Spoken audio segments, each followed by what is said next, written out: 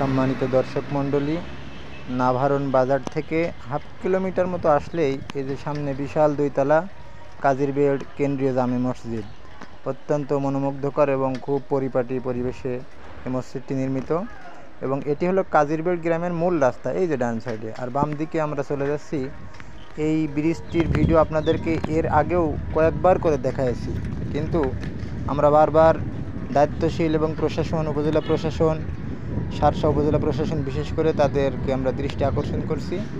দেখেন, এই রাস্তা দিয়ে একটু সামনে গেলেই আমরা চলে আসছি যেই ব্রিজ দিয়ে প্রতিদিন হাজার হাজার মানুষের যাতায়াত, কিন্তু আজ 3 বছর হয়ে গেল ব্রিজটি এভাবেই ফেলে রাখা হয়েছে। দেখেন এভাবে কিভাবে মানুষ যাতায়াত করবে, অথচ দিনের পর দিন এভাবে কষ্ট করে মানুষকে পার হতে হচ্ছে এই ব্রিজ।